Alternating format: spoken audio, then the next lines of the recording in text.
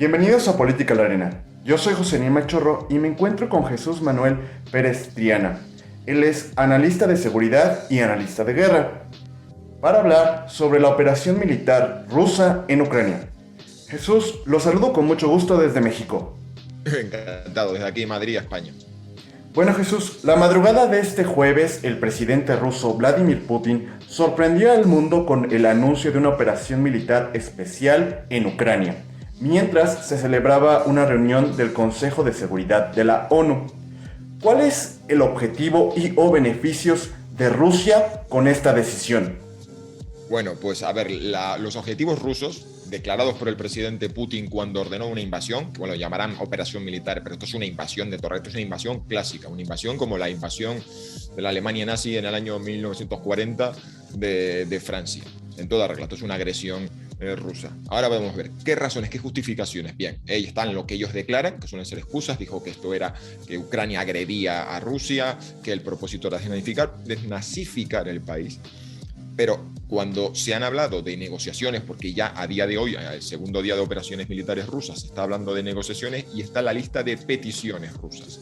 Y lo que están pidiendo los rusos es la finlandización de Ucrania, es decir, la neutralización en la esfera internacional de Ucrania. Piden que Ucrania reconozca la soberanía rusa sobre Crimea, que le conceda la independencia a las repúblicas separatistas, imagino que dentro de los límites no del territorio que controlan actualmente, sino del que ellas establecen en su constitución, que corresponde a la provincia, al oblast de Luhansk y de Donetsk, porque eran unas provincias, es decir, que tienen un límite, pero las repúblicas separatistas no las controlan al completo. Pero eso, bueno, son dos. Tres, que haya una garantía escrita de que Ucrania nunca entre en la OTAN. Esto es una cosa importantísima para los rusos. Y en cuarto lugar, de que no haya ningún tipo de ayuda militar occidental a Ucrania. Entonces, si vemos qué es lo que está buscando Rusia, es que quiere recuperar ese colchón de seguridad, que Ucrania en términos geopolíticos sea un estado tapón, que esté en los países de la OTAN, o sea, Eslovaquia, Hungría, Polonia, y luego esté Ucrania como un país absolutamente neutral, con unas fuerzas armadas reducidas, limitadas, que no supongan ningún riesgo, como ahora estamos viendo, que sea un país que sea capaz de defenderse a sí mismo, y que luego esté pues separado de Rusia. Eso es lo que están los rusos buscando. Esta mañana, el ministro de Exteriores ruso, Sergei Lavrov, declaró que Moscú estaba dispuesta a establecer diálogo con Ucrania siempre y cuando depusiera las armas. ¿Cuál es la estrategia de Rusia en esta operación militar? Lo que hemos visto hasta ahora es que ha habido un avance desde tres puntos cardinales. O sea, Ucrania estaba rodeada por Rusia desde tres frentes, pero más o menos ha habido cuatro ejes de avance. Entonces, uno de ellos, que partió de Bielorrusia, avanzó rápidamente hacia la capital. Todavía no, es decir, están las tropas rusas en las afueras de la capital, y este avance ha sido posible, uno, por la asimetría de fuerzas. Rusia tiene muchísimo más poder militar que Ucrania, y dos, por la cercanía. La posibilidad, es decir, la distancia a recorrer era mucho menos. Bueno, entonces lo que parece que intentaron hacer los rusos en los primeros días es hacer lo que sería, como se llama, un ataque de decapitación, que es ir a por la capital, entrar y forzar al gobierno a huir o a una rendición. Dos, hay un segundo eje de avance que parte desde de Rusia, no de Bielorrusia, sino de Rusia en el noreste, que va hacia Kharkiv, o Kharkov, bueno, depende de cómo lo pronunciemos, si en ruso, si en ucraniano. Kharkov es la segunda ciudad más importante del país. Y también, de paso, bueno, creo que por ahí también ese eje de avance incluía una ciudad que se llama Suni. Luego, el tercer eje de avance viene desde las repúblicas separatistas, que, como hemos dicho, ellas controlaban un territorio que no era todas las provincias que tienen el mismo nombre que estas. Sí, hay una república separatista, República Popular del Donetsk, República Popular de Luhansk.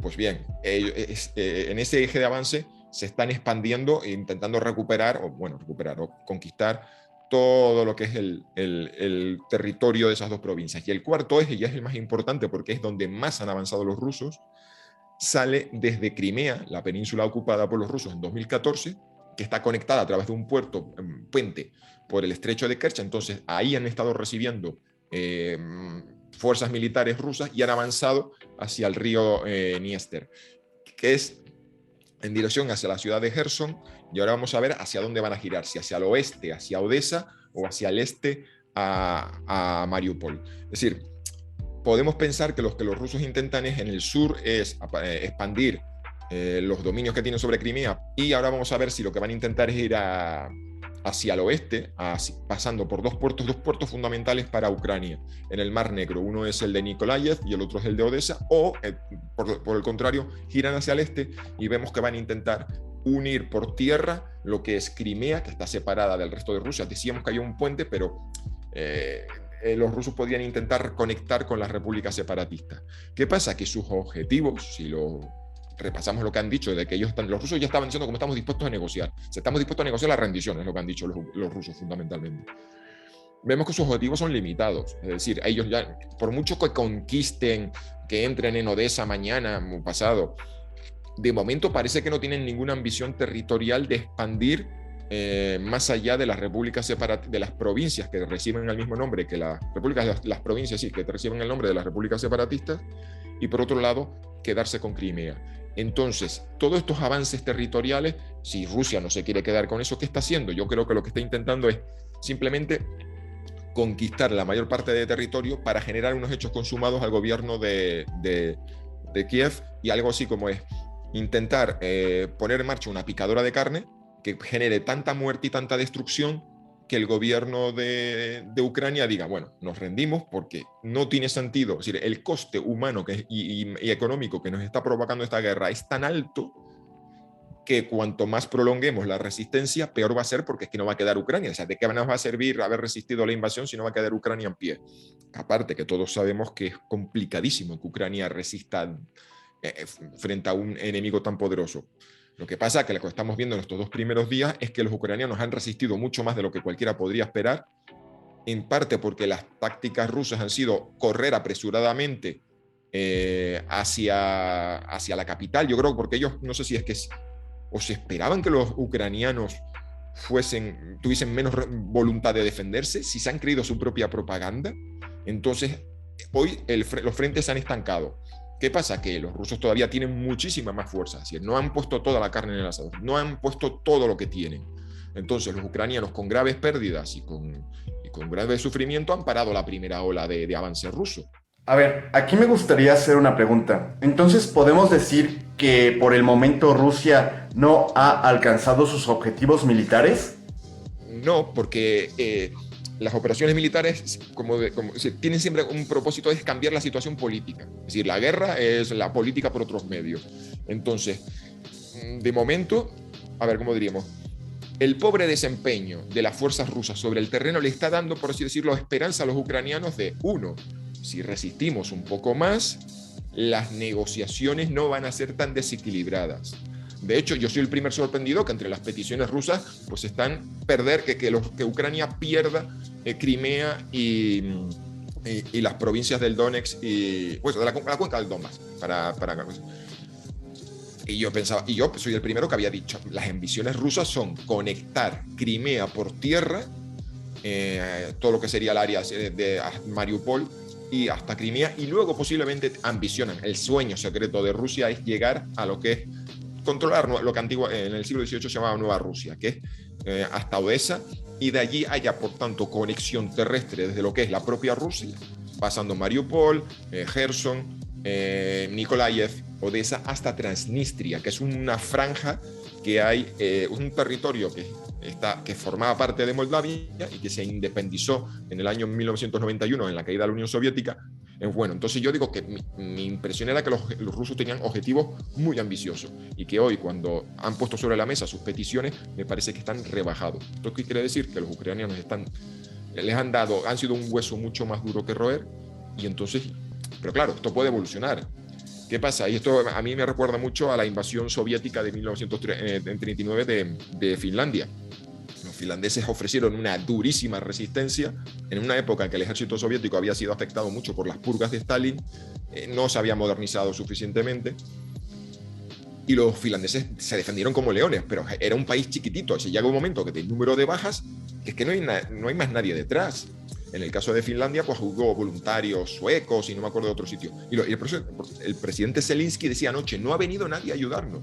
Es decir, esto lo podemos entender porque que no forma parte de la OTAN. Antes de llegar a ese punto, me gustaría preguntarle, con esta decisión, ¿cuál es el mensaje que está transmitiendo Vladimir Putin y cuáles son las repercusiones geopolíticas que tendrá esta operación militar?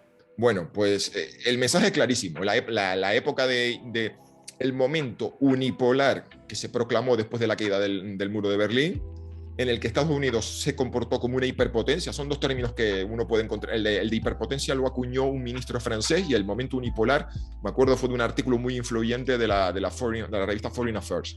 Entonces, ese momento unipolar en el que Estados Unidos cortaba y deshacía, cortaba y trinchaba, hacía y deshacía en el mundo, y Estados Unidos se metía donde, pues, hacía de policía global, porque al final y al cabo, en el ámbito internacional, en la arena internacional, pues el uso de la fuerza no es una cuestión moral, es una cuestión de capacidades. Estados Unidos podía, y Europa siempre ha defendido la democracia, el comercio y las buenas relaciones, pues porque no tiene poder militar, y los rusos veían rechinando de dientes que no podían, pues, defender sus intereses, porque en los 90 fueron muy débiles y luego, pues, es decir, no tenían margen de actuación. Entonces el mensaje es muy preocupante, porque el que se piense que el fin del momento unipolar nos va a llevar a más democracia, es decir, como cuando Estados Unidos invadía el país que quería, podíamos tener miedo de que, bueno, a saber cuál es el siguiente país que invade Estados Unidos, como diciendo, es una hiperpotencia que no tiene freno, que no tiene límites y que puede ir invadiendo a quien quiere y cuando quiera. Y eso alguien puede pensar, digo, bueno, menos mal, ahora va a venir China, ahora va a venir Rusia, y se va a crear como un contrapeso de poder en el que nadie se mueva.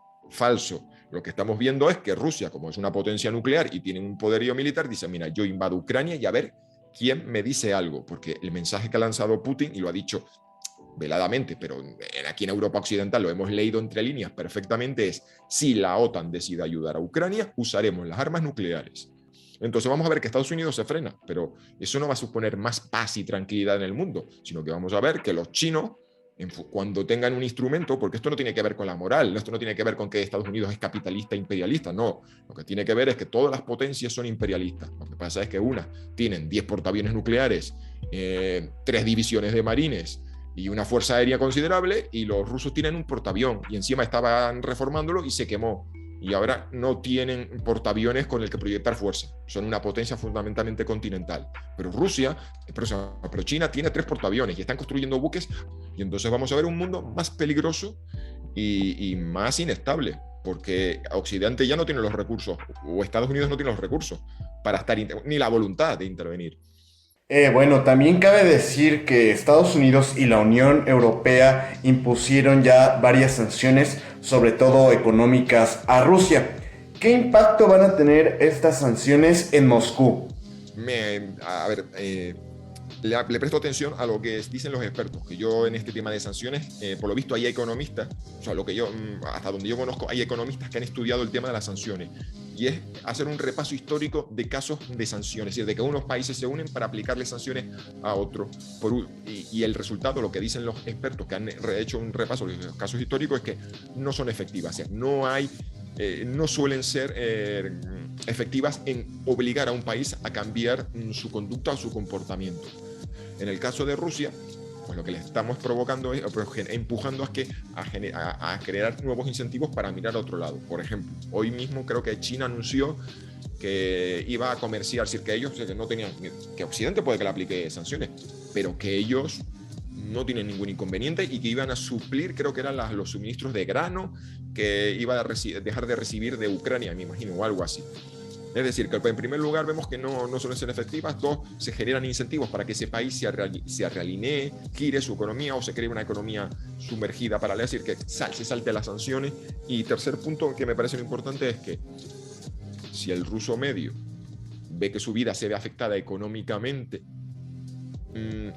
es decir, si la aplicación de sanciones empeora la vida del ruso medio, y podemos pensar que el ruso medio va a presionar a su gobierno, si podemos, y vamos a decir que usar las sanciones como palanca para obligar a los rusos a mover su política exterior no va a funcionar, y encima en el caso de Rusia más complicado todavía, porque no es una sociedad libre y democrática donde los medios de comunicación puedan expresar la opinión de la opinión pública, decir: Putin, te has equivocado, mira qué mal estamos viviendo ahora por culpa de tus acciones.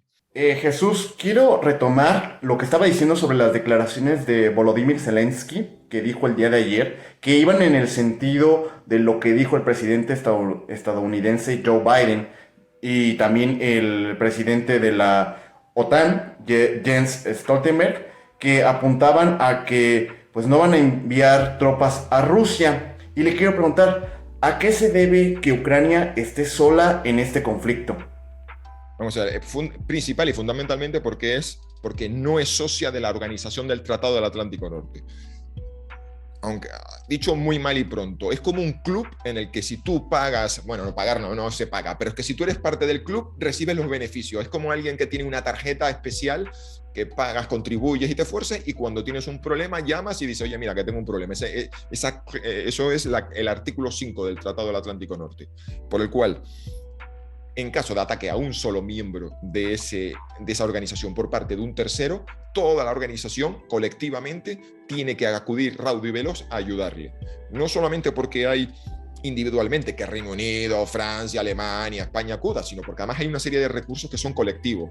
Es decir, como la OTAN la forman parte muchos países chiquititos, lo que está sucediendo, lo que se ha hecho en los últimos años es, como cada uno por separado individualmente no tiene recursos para poder comprar como aviones de transporte y radares, pues lo que se hace es que se pone dinero en común y se compran unos aviones que, por ejemplo, aviones de radar, con un radar aerotransportado que está en Luxemburgo. En Hungría hay unos aviones de transporte. Bueno, pero esto es lo de menos. Entonces, para los países pequeños de Europa Oriental, la OTAN era la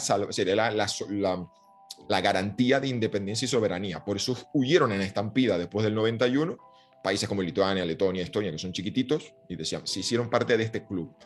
¿Cuál es el mayor temor y miedo que ha tenido Putin todos estos años? Que Ucrania entre en ese club, porque automáticamente va a tener un paraguas protector en el que sabe que ya no puede tocar un pelo de Ucrania. Y por eso es una de las cláusulas que quiere poner los rusos, que le garanticen por escrito que Ucrania no entre en la OTAN. ¿Qué pasa? Que desde el 2014, teniendo una parte de Ucrania invadida y ocupada por Rusia, hablamos de Crimea. 2, un conflicto abierto en el caso de las repúblicas separatistas, que bueno, hay un alto al fuego, pero que ha sido un conflicto congelado, que prefiero, que habiendo esos asuntos abiertos, todo el mundo en Europa sabía que Ucrania nunca iba a entrar en la OTAN. A ver, esto es una verdad que todo el mundo sabe y nadie cuenta, pero no como que nadie cuenta, sino que todos sabemos que a Ucrania se le han dado palmaditas en la espalda. Sí, muy bien, lo estás haciendo muy bien, estás modernizándote, te estás democratizando, muy bien, pero todos sabemos que Ucrania en la vida iba a entrar. O sea, que Putin pida garantías escritas de que Ucrania no entre es un poco absurdo. Lo que pasa es, claro, él dirá: bueno, sí, ahora no, pero vete tú a saber si de aquí a 10 años cambia el contexto geopolítico, o vete tú a saber. Y bueno, también la verdad que una de las razones por las que Putin ha metido, ¿por qué ahora esta guerra? Porque la ventana de oportunidad para Rusia se estaba cerrando, y una de las cosas que estaba pasando era que la OTAN como organización colectiva no, pero países de la OTAN a título individual, cada uno por separado, por razones muy diferentes. En el caso de Reino Unido, porque después del Brexit está como buscando su lugar en el mundo y se han propuesto ser una potencia global. En el caso de Lituania y Polonia, porque tienen un nexo histórico y ellos se ven a sí mismos como potenciales víctimas del expansionismo ruso, y entonces se asociaron y tienen una cosa que se llama el Triángulo de Lublin y tienen acuerdos militares. Pues a título individual y personal, o digo personal, bueno, como si los países fueran personas, pero que no es que cuando están los polacos allí cooperando militarmente con los ucranianos, no lo hacen como OTAN, lo hacen como Polonia, país totalmente soberano. Bueno, pues esos países estaban ayudando a las Fuerzas Armadas de Ucrania a modernizarse. Entonces la perspectiva rusa es: de aquí a 10 años, Ucrania tendrá unas Fuerzas Armadas mucho más poderosas, modernizadas, con la ayuda de la OTAN, aunque no sea la organización, pero con los países de la OTAN.